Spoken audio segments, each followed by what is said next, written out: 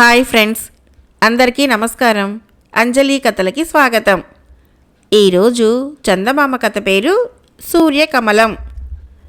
ప్రభావతి నగరాన్ని పాలించే విశ్వావసుడు అనే రాజుకు జితేంద్రియుడు, పరాక్రముడు, శత్రుజిత్తు, ధవళకీర్తి అని 4 కొడుకులు ఉండేవారు.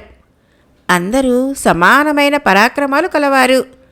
తండ్రికి ఆ 4 యందు సమానమైన ప్రేమ ఉండేది. వారిలో ఒక్కడు మాత్రమే తన అనంతరం రాజు అవుతాడనేది ఆయనకు బాధగా ఉండేది. అందుచేత ఆయన తన తర్వాత రాజయ్యేవాణ్ణి ఎన్నిక చేయటానికి ఒక ఆలోచన చేశాడు.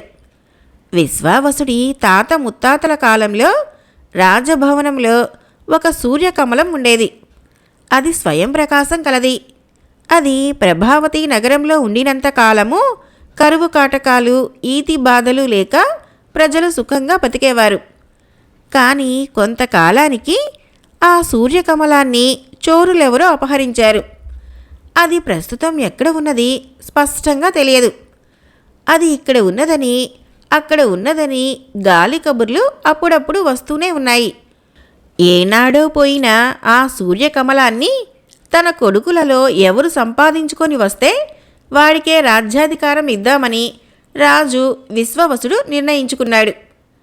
తమ తండ్రి ఉద్దేశం తెలుసుకొని రాజకుమారులు మంచి ముహూర్తాన 4 దిక్కులకు ప్రయాణమయ్యారు. జితేంద్రియుడు తూర్పుగా బయలుదేరాడు.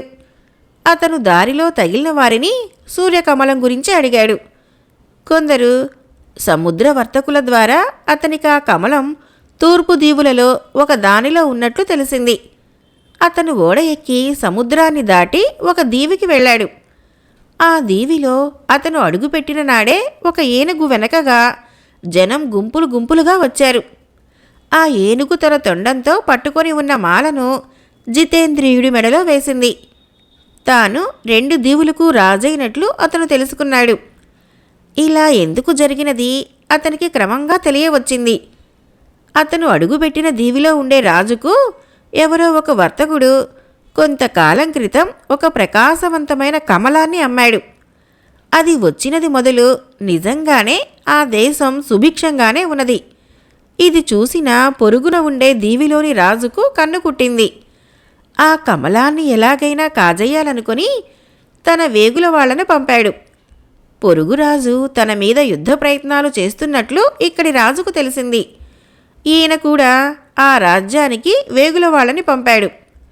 యుద్ధమైతే జరగలేదు, కానీ ఒక దేశపు రాజవంశాన్ని మరొక దేశపు వేగుల వాళ్ళు విషప్రయోగంతో చంపటం జరిగింది.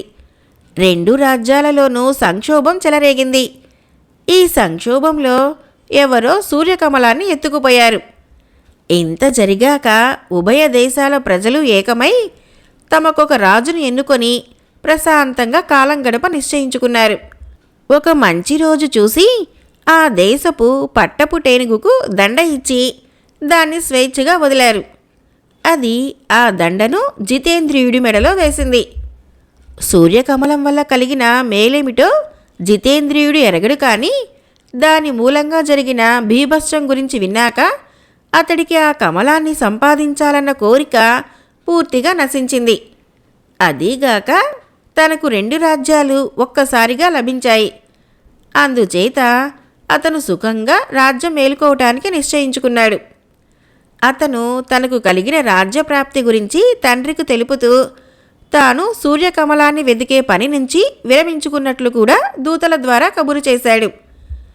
2వ రాజకుమారుడైన పరాక్రముడు పడమటగా బయలుదేరాడు. ఎన్ని దేశాలు దాటి వెళ్ళినా అతనికి సూర్యకమలం గురించి ఎలాంటి వార్త తెలియరాలేదు. కానీ అతను కోవిదార నగరానికి వచ్చేసరికి అక్కడ రాజకుమార్తె యొక్క స్వయంవరం జరగబోతున్నది. స్వయంవరానికి ఏ రాజకుమారుడైనా వెళ్ళవచ్చు. నానా దేశాల రాజకుమారులు చేరే చోట సూర్యకమలం వార్త తెలిసే అవకాశం కూడా ఉన్నది. అందుచేత పరాక్రముడు తాను కూడా స్వయంవరానికి వెళ్ళి తన వంశము, దేశము పేరు తెలుపుకొని అందరితో పాటు కూర్చున్నాడు. రాజకుమార్తె రాజకుమారులందరినీ చూసుకుంటూ వచ్చి పరాక్రముణ్ణి చూడగానే ఆగి అతని మెడలో మాల వేసింది. రాజు, మంత్రి, స్వయంవరానికి వచ్చిన రాజకుమారులు అతన్ని అభినందించారు. పెళ్లి వైభవంగా జరిగింది. కోవిదార రాజుకు మగపిల్లలు లేరు. ఒక్కతే కుమార్తె. ఆమెను పెళ్లాడినవాడు రాజైతాడు. ఆ ఆశతోనే అంతమంది రాజకుమారులు స్వయంవరానికి వచ్చారు. తలవని తలంపుగా కోవిదార రాజ్యం తనకు సంప్రాప్తం అయ్యేసరికి పరాక్రముడికి సూర్యకమలాన్ని వెతకాలన్న అభిలాష పోయింది. అదీకాక తాను వచ్చిన దిశలో సూర్యకమలం జాడ ఏమాత్రమూ తెలియరాలేదు. కనుక అది తన మిగిలిన సోదరులలో ఎవరికో ఒకరికి దొరుకుతుందని పరాక్రముడు మనస్సును సమాధానపరుచుకున్నాడు. అతను కూడా దూతల ద్వారా తన అనుభవాలు తండ్రికి తెలియబరిచి తాను సూర్యకమలాన్ని వెతికే ప్రయత్నం మానుకున్నానని కబురు చేశాడు. దక్షిణ దిశగా బయలుదేరిన మూడోవాడు శత్రుజిత్తు సూర్యకమలం గురించి వాకబు చేస్తూ సముద్ర తీరం దాకా వెళ్ళాడు. దక్షిణ ప్రాంతంలో చాలా కాలం క్రితం ఉండేదని, దాన్ని ఏనాడో దొంగలు ఎత్తుకుపోయారని, ఇటీవల దాన్ని గురించిన వార్తలే లేవని శతవృద్ధులు కొందరు అతనికి చెప్పారు.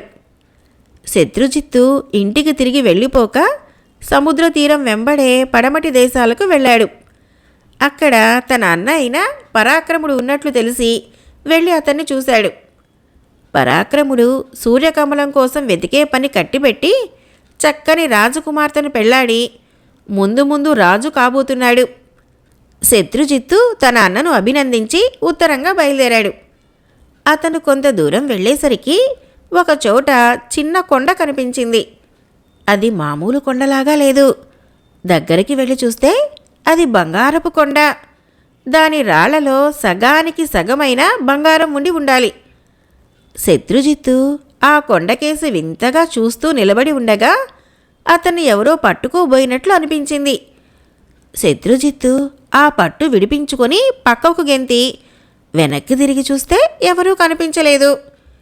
ఎవరో అదృశ్య వ్యక్తి తనకు సమీపంలో మసలుతున్నట్లు గ్రహించి అతను చప్పున కత్తి దూసి గాలిని బలంగా నరికాడు. మరుక్షణము పెద్ద ఆర్తనాదం వినిపించింది. 2 ఖండాలై నేల మీద పడిన ఒక రాక్షస దేహం అతని కంటపడింది. రాక్షసుడి తల నుంచి ఒక ఘటిక జారి కింద పడింది. అది రాక్షసుడు ధరించిన అదృశ్య ఘటిక. రాక్షసుడు చావగానే దూరాన ఉన్న చెట్ల తూపుల నుంచి వేలాది జనం పరిగెత్తుకుంటూ వచ్చి అతన్ని చుట్టుముట్టి మహారాజుకి జై అని అరిచారు. మీరంతా ఎవరు? నన్నెందుకు మహారాజని పిలుస్తున్నారు అని శత్రుజిత్తు వాళ్ళని అడిగాడు. వాళ్ళు తమ కథ చెప్పారు. వాళ్ళంతా ఆ సమీపంలో ఉన్న సువర్ణకోశ నగరం నుంచి వచ్చిన వాళ్ళు. వాళ్లకున్న సంపద ఈ బంగారు కొండ మాత్రమే. కానీ ఈ కొండ వద్ద ఎవడో రాక్షసుడు చేరాడు. వాడు అదృశ్యంగా నగరంలోకి వచ్చి తన ఇష్టం వచ్చిన వాళ్ళనల్లా చంపి తిన్నాడు. ఒకరోజు రాజుగారినే చంపేశాడు. ఒక్కొక్కప్పుడు ఎవరైనా బంగారు కొండకేసి జనం వస్తే రాక్షసుడు వాళ్ళని చంపి తినేసి ఆ రోజుకు నగరం ఛాయలకు వచ్చేవాడు కాడు. అందుచేత నగరంలో వాళ్లకు ఆ రాక్షసుడు ఆ కొండ సమీపంలోనే ఉంటాడని తెలిసిపోయింది. ఎవరైనా ఆ కొండ ప్రాంతాలకు పోతారేమోనని వాళ్ళు 1000 కళ్ళతో చూసేవారు. కొండ ఛాయలకు ఎవరూ రాని రోజు వాళ్ళు చీకటి పడకముందే ఇళ్లలో దూరి తలుపులు గట్టిగా మూసుకొని ప్రాణాలు అరచేత పట్టి రోజుల తరబడి బయటికి వచ్చేవారు కాదు. రాక్షసుడు ఎవరినైనా చంపి తిన్నట్లు తెలిసాక తలుపులు తెరిచి గబగబా తమ పనులు చూసుకునేవాళ్ళు. ఈ రాక్షసుడి మూలాన వాళ్లకు జీవితం నరకమైపోయింది. అటువంటి రాక్షసుణ్ణి శత్రుజిత్తు చంపేశాడు. అందుచేత వాళ్ళు అతన్ని తమకు రాజును చేసుకున్నారు. తరగని బంగారము రాజ్యము చేజిక్కగానే శత్రుజిత్తుకు సూర్యకమలాన్ని వెతకాలన్న కోరిక పూర్తిగా పోయింది. అదీకాక ఉత్తర దిక్కుగా అతని తమ్ముడు ధవళకీర్తి వెళ్ళే ఉన్నాడు. సూర్యకమలం ఉత్తర దిక్కునే ఉండాలే కానీ అతను సంపాదించలేకపోడు. అందరిలోకి అతనే పట్టుదల కలవాడు. ధవళకీర్తి ప్రయాణం తన అన్నల ప్రయాణంలాగా చురుకుగా సాగలేదు. దానికి ఒక కారణం, ఉత్తరం వెళ్ళిన కొద్దీ దేశం చాలా విశాలంగా ఉన్నది. దానికి తోడు అతనికి సూర్యకమలం గురించి వార్తలు విరివిగా దొరుకుతూ వచ్చాయి. వాటిలో చాలా భాగం కట్టుకథలు కావటం చేత అతని కాలం చాలా వరకు వృధా అయింది. ఉత్తరంగా వెళ్ళినవాడు ధవళకీర్తి గనక సరిపోయింది గాని అతని అన్నలలో ఎవరు వెళ్ళినా ఈ పాటికి విసిగి వెనక్కి తిరిగిపోయేవారే. సూర్యకమలాన్ని తరచు దొంగలు ఎత్తుకుపోతూ ఉంటారని ధవళకీర్తి చాలామంది నోట విన్నాడు.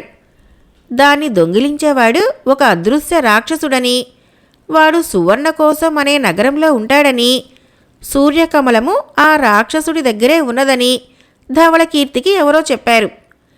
అది నిజమో కాదో తెలుసుకునేటందుకు అతను సువర్ణకోశాన్ని వెతుక్కుంటూ వచ్చాడు. వచ్చి చూస్తే తన మూడో అన్న రాజ్యాభిషేకం చేయించుకుంటున్నాడు. సూర్యకమలాన్ని దొంగిలించాడన్న అదృశ్య రాక్షసుడు ఆ అన్న చేతిలోనే చచ్చాడు. కానీ సూర్యకమలం జాడ మటుకు లేదు. ఇంకెక్కడి సూర్యకమలంరా తమ్ముడు, నువ్వు కూడా హాయిగా ఒక రాజ్యం సంపాదించి నాలాగే సుఖపడు అని శత్రుజిత్తు తన తమ్ముడికి సలహా ఇచ్చాడు.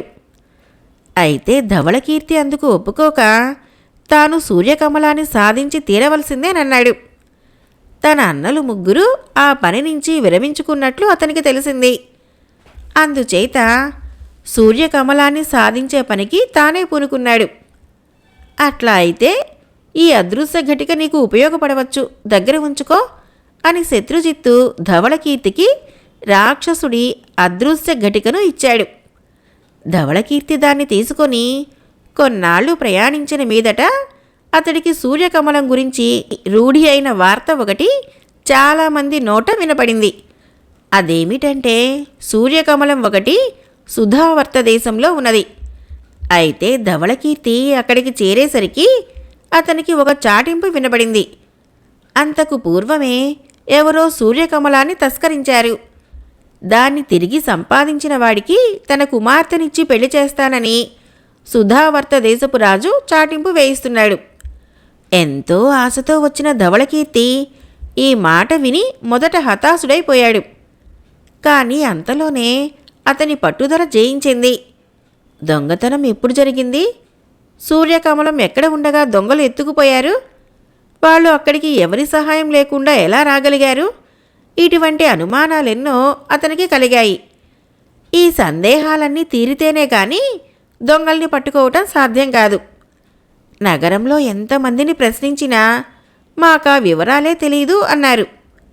ధవళకీర్తి తిన్నగా సుధావర్త దేశపు రాజు వద్దకు వెళ్ళి ప్రశ్నించాడు. రాజు ఒక్క ప్రశ్నకు సమాధానం చెప్పకపోగా ధవళకీర్తిని అనుమానంగా చూసి, సూర్యకమలాన్ని దొంగిలించిన ముఠాలో వాడివిలాగా ఉన్నావే అన్నాడు. మీ చాటింపు ప్రకారం సూర్యకమలాన్ని సాధించదలిచిన వాడెవడైనా ఈ ప్రశ్నలు అడిగి తీరుతాడు. ఆ మాట అటుంచి మా తాత ముత్తాతల కాలంలో సూర్యకమలం మాదే. నేను దాన్ని తిరిగి సంపాదించుకునేటందుకే మా దేశం విడిచి ఇంత దూరము వచ్చాను. అంతేకాని మీ అమ్మాయిని పెళ్లాడటానికి రాలేదు అన్నాడు ధవళకీర్తి రోషంగా. అలా అయితే నేను నీకు అసలేమీ చెప్పను. నీ వంటి వాడు సూర్యకమలాన్ని దొంగల నుంచి కాపాడితే మాత్రం నాకేం లాభం అన్నాడు రాజు. ధవళకీర్తి అదృశ్య ఘటిక సహాయంతో రాజభవనంలో చాలా రోజులు గడిపి అందరి రహస్య సంభాషణలు విన్నాడు. అతనికి ఎన్నో రహస్యాలు తెలిసాయి కానీ సూర్యకమలం పోయిన పద్ధతి మాత్రం తెలియరాలేదు. రాజభవనంలో ఎవరూ సూర్యకమలం గురించి మాట్లాడుకోవటం లేదు. ధవళకీర్తి అదృశ్యంగానే అరణ్యంలో దొంగల ముఠాలుండే చోట్లకు కూడా వెతుక్కుంటూ తిరగటానికి వెళ్ళాడు. ఒకచోట అతనికి ఒక ముని తపస్సు చేసుకుంటూ కనిపించాడు. ఆ ముని తన దివ్య దృష్టితో తనకేమైనా సలహా ఇస్తాడేమోనని దగ్గరగా వెళ్ళి ముని ఎదుటపడి అడుగుదాము అనుకుంటూ ఉండగా అరణ్యంలో ఈలలు వినిపించాయి. ముని ఆ ఈలలకు జవాబుగా తాను కూడా ఈల వేశాడు. మరుక్షణమే 4-5 మనుషులు ముని వద్దకు వచ్చారు. చూడటానికి వాళ్ళు దొంగల్లాగా ఉన్నారు. అదృశ్యంగా ఉన్న ధవళకీర్తి వాళ్లకు దగ్గరగా వెళ్ళి వాళ్ళ సంభాషణ విన్నాడు. ఈ నెల రోజుల్లో నగరం కేసి దొంగల ముఠాలేవి వచ్చినట్టు లేదు దొరా అన్నాడొక దొంగ మునితో.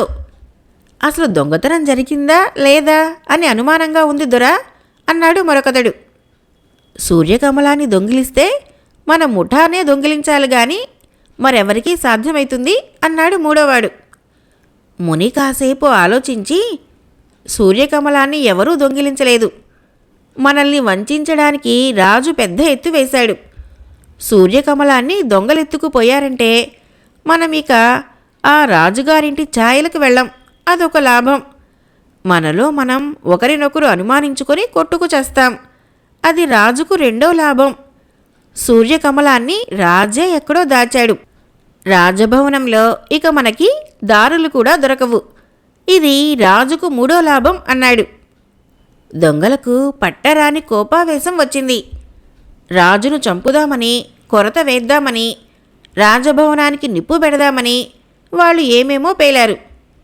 మునివేషంలో ఉన్న దొంగల నాయకుడు వాళ్ళని తొందరపడవద్దని రాజును మోసం చేసేటందుకు తానే ఏదో ఒక యుక్తిని ఆలోచిస్తానని చెప్పాడు. ధవళకీర్తి ఇక అక్కడ నిలవలేదు.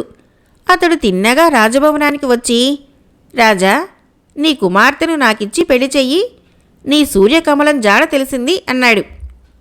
రాజు అతనికేసి అనుమానంగా చూసి, జాడ తెలిసి ఏం లాభం? నువ్వు దాన్ని నాకివ్వాలి కదా అన్నాడు. అది నీ దగ్గరే ఉంది. నీ కుమార్తెనిస్తావో సూర్యకమలాన్ని ఇస్తావో చప్పున తేల్చుకో అంటూ ధవళకీర్తి కత్తిని దూసి దాని మొన రాజు గుండెకు ఆనించాడు. నన్ను చంపకు. కావలిస్తే నీకు సూర్యకమలాన్ని, నా కూతుర్ని కూడా ఇస్తాను. కానీ నేను బ్రహ్మభేద్యమైన ఎత్తువేసి దొంగల కళ్ళల్లో కారం చల్లాను. నా ఎత్తంతా భగ్నం చేసేశావు. ఆ సూర్యకమలాన్ని నాకు దక్కకుండా చేశావే గాని నువ్వు దక్కించుకోలేవు అన్నాడు రాజు. ధవళకీర్తి నవ్వి, దొంగలు నీకన్నా నాకన్నా కూడా తెలివైన వాళ్లే. అది నీ దగ్గరే ఉన్న సంగతి దొంగల మూలానే నాకు తెలిసింది. అది తిరిగి దొంగల చేత పడటం మాట, అది నేను జరగనివ్వను. నీకా భయం వద్దు అన్నాడు ధవళకీర్తి. రాజు ధవళకీర్తికి తన కుమార్తెకు పెళ్లి ఏర్పాటు చేసి సూర్యకమలాన్ని అల్లుడికి కానుకగా ఇచ్చాడు. ఆ సూర్యకమలాన్ని ఒడిలో పెట్టుకున్న ధవళకీర్తి ఏదో మంత్రం చదువుతూ దాన్ని హోమాగ్నిలో వేసేశాడు. రాజు అయ్యో అయ్యో అని లబలబలాడాడు. మహారాజా, ఈ సూర్యకమలం ఎన్ని రాజ్యాలకి అనర్థం తెచ్చిందో తెలుసుకుంటే దీనికోసం విచారించరు. ఈ సూర్యకమలం ఉన్న దేశాలు సుభిక్షంగా ఉన్నాయన్న దానికి ప్రబల సాక్ష్యం లేదు. దీని మూలంగా అనేక దారుణాలు, రక్తపాతాలు జరిగాయనటానికి బోలెడంత సాక్ష్యం ఉన్నది. దీన్ని గురించి నాకు తెలిసినంతగా ప్రపంచంలో మరెవ్వరికీ తెలియదు. చాలా కాలంగా నేను దీనికోసం వెతుకుతున్నది దీన్ని నాశనం చేయటానికే. మీరిక నిశ్చింతగా ఉండండి అన్నాడు ధవళకీర్తి. అతను రాజకుమార్తెను పెళ్లాడి ఆమెతో సహా తన దేశానికి తిరిగిపోయి తన తండ్రికి జరిగిందంతా పూసగుచ్చినట్లు చెప్పి సూర్యకమలాన్ని శాశ్వతంగా నాశనం చేసినందుకు తండ్రి ప్రశంసలు పొంది తండ్రి రాజ్యానికి తానే వారసుడై తండ్రి అనంతరం తానే రాజై చాలా కాలం సుఖంగా రాజ్యపాలన చేశాడు. కథ అయిపోయింది. ఫ్రెండ్స్, నా కథలు నచ్చినట్లయితే మన ఛానల్ని తప్పకుండా సబ్స్క్రైబ్ చేయండి, లైక్ చేయండి, షేర్ చేయండి, కామెంట్ చేయండి. Thank you.